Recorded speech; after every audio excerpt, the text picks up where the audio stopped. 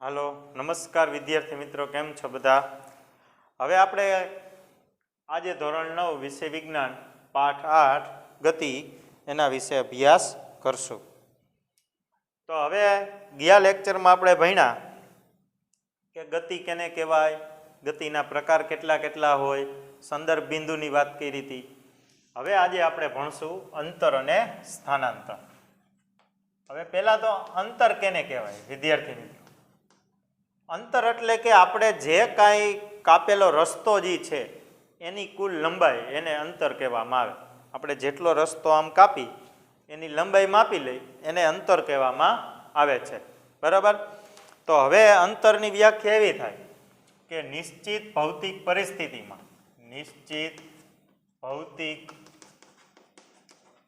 પરિસ્થિતિમાં ચોક્કસ સમયગાળામાં અથવા તો આપેલા સમયગાળામાં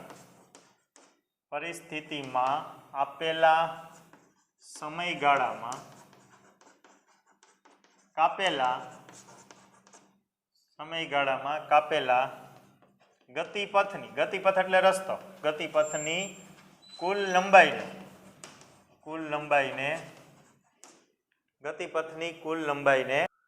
કાપેલા ગતિપથની કુલ લંબાઈને અંતર કહેવામાં આવે છે. નિશ્ચિત ભૌતિક પરિસ્થિતિમાં આપેલા સમયગાળામાં અથવા તો ચોક્કસ સમયગાળામાં કાપેલા ગતિપથની કુલ લંબાઈને, ગતિપથ એટલે રસ્તાની કુલ લંબાઈને અંતર કહેવામાં આવે છે. હવે અંતરનો એસઆઈ એકમ શું થાય તો કે મીટર થાય. શું થાય? મીટર. અંતરનો એસઆઈ એકમ મીટર છે. પછી બીજા મોટા એકમો છે કિલોમીટર, બરાબર, સેન્ટીમીટર એનો નાનો એકમ છે. તો આ એના મોટા એકમ છે અંતરના, પણ એનો એસઆઈ એકમ તો મીટર જ થાય. શું થાય? મીટર. હવે આવશે સ્થાનાંતર. સ્થાનાંતર કેને કહેવાય વિદ્યાર્થી મિત્રો? તો સ્થાનાંતરમાં આપણે એવું કહીશું કે નિશ્ચિત ભૌતિક પરિસ્થિતિમાં આપેલા સમયગાળામાં પદાર્થના સ્થાનમાં થતા ફેરફાર, બરાબર? તો હવે અહીંયા આપણે લખશું કે નિશ્ચિત ભૌતિક પરિસ્થિતિમાં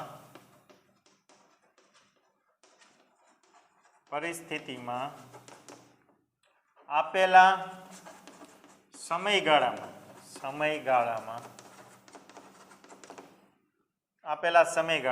ચોક્કસ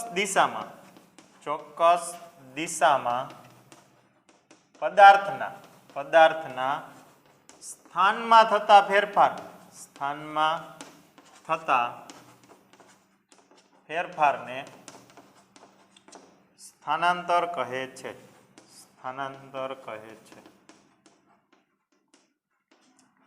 હવે સ્થાનાંતરનો પણ એસઆઈ એકમ શું છે તો કે સ્થાનાંતરનો એસઆઈ એકમ પણ મીટર છે, બરાબર? કે નિશ્ચિત ભૌતિક પરિસ્થિતિમાં આપેલા સમયગાળામાં ચોક્કસ દિશામાં પદાર્થના સ્થાનમાં થતો ફેરફાર, પદાર્થના સ્થાનમાં જેટલો ફેરફાર થાય એને એનું સ્થાનાંતર કહેવામાં આવે છે, બરાબર? તો આમાં પદાર્થના સ્થાનમાં થતો ફેરફાર અને આમાં ગતિપથની કુલ લંબાઈ, બરાબર? એ યાદ રાખવાનું છે. ગતિપથની કુલ લંબાઈને અંતર કહેવાય અને સ્થાનમાં થતો ફેરફાર એ બે એક વસ્તુ નથી વિદ્યાર્થી મિત્રો, યાદ રાખજો. આમાં ચોક્કસ દિશામાં પદાર્થના સ્થાનમાં થતો ફેરફાર, બરાબર, એ અલગ છે અને ગતિપથની કુલ લંબાઈ પણ અલગ છે. તો હવે આ બે વ્યાખ્યા લખી નાખવાની છે પાકી બુકમાં. તો હવે આપણે અંતર અને સ્થાનાંતર વચ્ચેનો ભેદ જ ભણશું કે બે વચ્ચે તફાવત શું અંતર અને સ્થાનાંતર વચ્ચે. તો હવે જુઓ,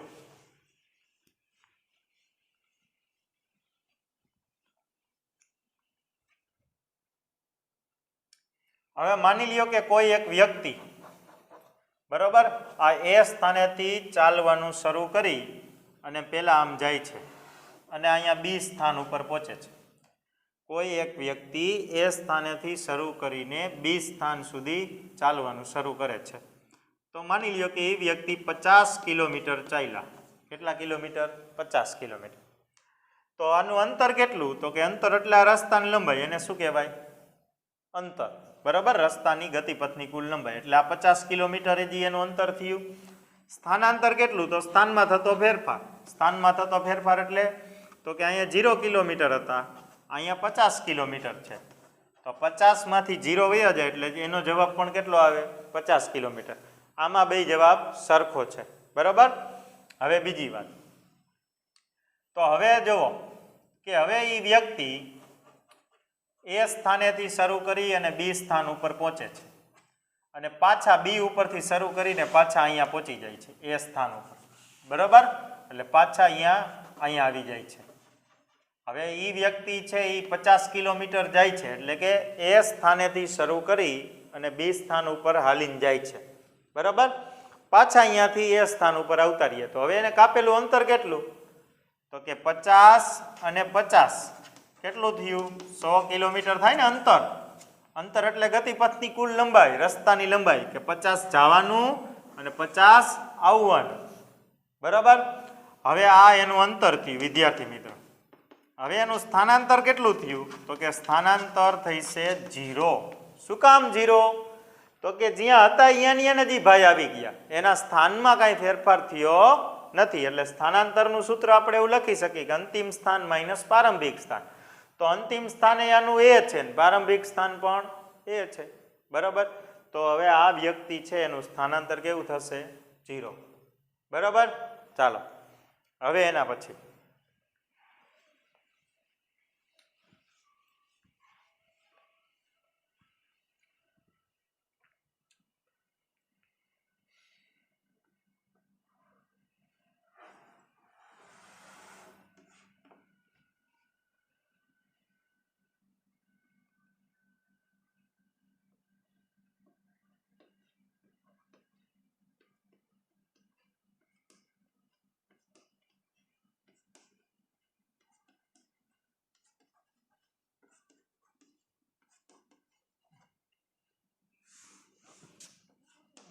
ચાલો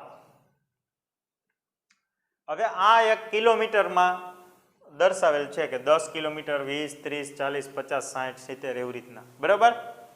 હવે સાંભળજો, હવે કોઈ એક વ્યક્તિ એ સ્થાન ઉપર છે, અહીંયા એ સ્થાન ઉપર કોઈ એક વ્યક્તિ ઊભો છે, બરાબર. હવે એ સ્થાનેથી તે વ્યક્તિ ક્યાં જાય છે? તો કે બી સ્થાન ઉપર જાય છે. ક્યાં જાય છે? બી સ્થાન ઉપર, બરાબર. એ સ્થાનેથી કઈ જગ્યાએ જાય છે? બી સ્થાન ઉપર. તો હવે અહીંયા પહોંચે છે. તો હવે આ કિસ્સામાં કોઈ એક વ્યક્તિ એ સ્થાન ઉપરથી બી સ્થાન ઉપર જાય છે, તો આ કિસ્સામાં અંતર કેટલું? તો હવે આ પહેલા કિસ્સામાં આપણે જોઈ અંતર કેટલું?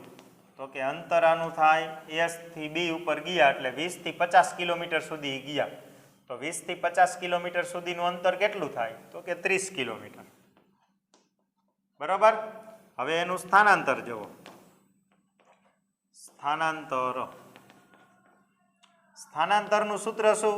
તો કે અંતિમ સ્થાન માઇનસ પ્રારંભિક સ્થાન. અંતિમ સ્થાન માઇનસ પ્રારંભિક સ્થાન. તો અંતિમ સ્થાન આ વ્યક્તિનું શું છે? બી.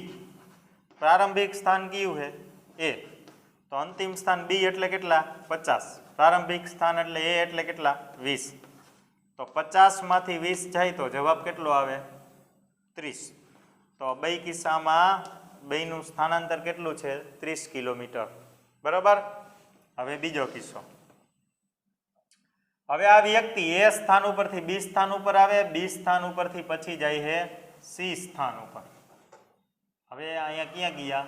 સી સ્થાન ઉપર ગયા. આ સી, બરાબર. તો હવે જુઓ, હવે આ કિસ્સામાં વ્યક્તિએ કાપેલું કે અંતર કેટલું? તો કે એ થી બી ગયા ને બી થી પછી ક્યાં ગયા? સી ઉપર, બરાબર. તો એ સ્થાનેથી બી ને બી ઉપરથી સી ઉપર ગયા તો એનું અંતર કેટલું થશે? તો કે અંતર અહીંથી આટલું 30 અને બીજું 30, ટોટલ કિલોમીટર કેટલા? 60 કિલોમીટર. અને એનું સ્થાનાંતર કેટલું થશે? તો કે સ્થાનાંતર એ પણ આમાં કેટલું થશે? અંતિમ સ્થાન માઇનસ પ્રારંભિક સ્થાન. તો અંતિમ સ્થાન કેટલું? તો કે અંતિમ સ્થાન 80, પ્રારંભિક સ્થાન એ એટલે કેટલું? 20. તો અંતિમ સ્થાન 80 માઇનસ પ્રારંભિક સ્થાન 20 એટલે જવાબ આમાં કેટલો આવ્યો? સરખો, 60 કિલોમીટર, બરાબર. ચાલો હવે એના પછી હવે એ વ્યક્તિ એ સ્થાન ઉપરથી બી ઉપર, બી ઉપરથી સી ઉપર ને સી ઉપરથી પાછા બી ઉપર આવે છે અહીંયા. રેડી? એ થી બી, બી થી સી, સી થી પાછા બી ઉપર આવ્યા. તો હવે જો આ કિસ્સામાં, તો હવે આ કિસ્સામાં અંતર કેટલું? તો કે આ કિસ્સામાં અંતર આપણે લખી કે એ થી પેલા બી ગયા, બરાબર, બી થી સી ગયા ને પાછા સી થી પાછા ક્યાં આવ્યા? બી ઉપર. તો એ થી બી સુધીનું અંતર કેટલું? 30 કિલોમીટર. બી થી સી સુધીનું પાછું બીજું 30 અને સી થી બી સુધીનું પાછું બીજું 30. એટલે જવાબ કેટલો આવ્યો? 90 કિલોમીટર. અંતર ટોટલ આનું કેટલું? 90 કિલોમીટર. હવે સ્થાનાંતર કેટલું થાય? તો કે સ્થાનાંતર આમાં જુઓ, તો સ્થાનાંતરનું સૂત્ર અંતિમ સ્થાન માઇનસ પ્રારંભિક સ્થાન. તો હવે તો કે સ્થાનાંતર આમાં અંતિમ સ્થાન કોણ છે? તો કે પેલા આ વ્યક્તિ અહીંથી અહીંયા બી ઉપર ગયા, બી થી સી, સી થી અહીંયા પાછા અહીંયા આવ્યા. તો અંતિમ સ્થાન કયું થયું? બી. પ્રારંભિક સ્થાન કોણ થયું? એ. તો બી અંતિમ સ્થાનની કિંમત કેટલી છે? 50 અને પ્રારંભિક સ્થાન કેટલું છે? 20. તો હવે જો કેટલું થયું? 30 કિલોમીટર. તો આમાં અંતરના મૂલ્ય કરતાં સ્થાનાંતરનું મૂલ્ય કેવું આવ્યું? ઓછું આવ્યું, બરાબર. તો એના સ્થાનમાં તો આટલો જ ફેરફાર થયો ને, અહીંથી આટલો જ. રેડી? હવે હું એમ કહું કે કોઈ એક વ્યક્તિ મોરબીથી નીકળ્યા છે, મોરબીથી ટંકારા જાય, ટંકારાથી પાછા રાજકોટ જાય છે અને રાજકોટથી પાછા ટંકારા આવે. તો મોરબીથી ટંકારા સુધીનું જેના સ્થાનમાં તો ફેરફાર થયો કહેવાય ને, અહીંથી ગયા પાછા આવ્યા એ તો એનું અંતર કહેવાય, બરાબર. ચાલો હવે એના પછી પાંચમો કિસ્સો. હવે જો ચોથો, સોરી, હવે આપણે એવું કહી કે આ વ્યક્તિ એ ઉપરથી બી ગયા, બી થી સી ગયા, સી થી સી બી ઉપર આવ્યા ને બી થી પાછા એ ઉપર આવે. એટલે મોરબીથી ટંકારા, ટંકારાથી રાજકોટ, રાજકોટથી ટંકારા, ટંકારાથી પાછા મોરબી ઉપર આવ્યા. તો અંતર કેટલું કહેવાય? તો કે આટલું જવાનું ને પાછું એટલું ને એટલું આવવાનું. તો 20 થી 80 ને 80 થી પાછા 20 એટલે અંતર ટોટલ 60 જવાનું ને 60 આવવાનું, એટલે ટોટલ અંતર થઈ છે 120 કિલોમીટર, બરાબર. એટલે એ થી બી, બી થી સી, સી થી બી, બી થી એ, એટલે 30 પ્લસ 30 પ્લસ 30 પ્લસ 30 એટલે ટોટલ 120 થઈ ગયું, બરાબર. હવે સ્થાનાંતર કેટલું થાય? તો કે મોરબીથી ટંકારા, ટંકારાથી રાજકોટ, રાજકોટથી ટંકારા, ટંકારાથી પાછા મોરબી હતા અહીંયાની એને આવી ગયા. તો પ્રારંભિક અંતિમ સ્થાન કોણ? એ, મોરબી. પ્રારંભિક ક્યાં કર્યો હતો? એ, પાછા મોરબીથી. એટલે અંતર કેટલું થયું? તો કે 20 માઇનસ 20. એની કિંમત કેટલી છે? 20 માંથી 20 જાય તો જવાબ કેટલો આવ્યો? 0 કિલોમીટર. હવે વિદ્યાર્થી મિત્રો અંતર 120 કિલોમીટર છે, સ્થાનાંતર કેટલું? 0. શું કામ? તો કે એના સ્થાનમાં કાંઈ ફેરફાર થયો નથી, હતા નિયા પાછા આવી ગયા, બરાબર. ચાલો હવે જો એના પછીનો કિસ્સો. હવે 5 મિનિટ. હવે જુઓ, હવે એના પછીનો પાંચમો કિસ્સો.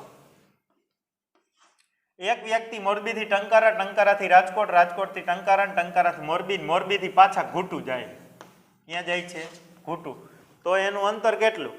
તો કે અહીંથી પાછા આવ્યા એટલે 120 તો થયું ને બીજું 20 પાછું ઘૂંટું ગયા એટલે ટોટલ 140 કિલોમીટર થયું અંતર. હવે સ્થાનાંતર કેટલું? તો કે એનું અંતિમ સ્થાન કોણ? ઘૂંટું. આપણે આને ઓ કહી દઈએ, હાલો. તો અંતિમ સ્થાન ઓ. પ્રારંભિક સ્થાન ક્યાંથી ચાલુ કર્યું હતું? મોરબીથી, એટલે એ. તો અંતિમ સ્થાન ઓ ની કિંમત કેટલી છે? 0. અને એ એટલે એની કિંમત કેટલી છે? 20. તો 0 માંથી 20 જાય તો જવાબ કેટલો આવ્યો? -20 કિલોમીટર, બરાબર. તો હવે જો આમાં અંતર વધારે છે અને સ્થાનાંતર કેવું છે? માઇનસ. તો આના ઉપરથી આપણે એવું કહી શકીએ કે અંતર હંમેશા કેવું હોય? તો કે ધન હોય. અંતર હંમેશા ધન જ હોય. અને જ્યારે સ્થાનાંતર કેવું હોય? તો કે સ્થાનાંતર છે એ ધનેય હોઈ શકે, ઋણેય હોઈ શકે અને શૂન્ય પણ હોઈ શકે. ધન, ઋણ કે શૂન્ય ગમે હોઈ શકે સ્થાનાંતર, બરાબર. અંતર જેટલું જ સ્થાનાંતર હોતું નથી, એના સ્થાનમાં કેટલો ફેરફાર થાય છે એ મહત્વનું છે. તો આમાં સ્થાનાંતર માઇનસમાં આવ્યું, આમાં સ્થાનાંતર 0 થયું. અંતર તો 120 હતું પણ એ વ્યક્તિ અહીંયા પાછા આવી ગયા એટલે, બરાબર. જ્યારે આમાં સ્થાનાંતરનું મૂલ્ય અંતર કરતાં કેવું છે? ઓછું છે, એટલે ધન છે, બરાબર, એમ કહી શકાય. ચાલો હવે એના પછીનું આવતા લેક્ચરમાં આપણે ભણશું.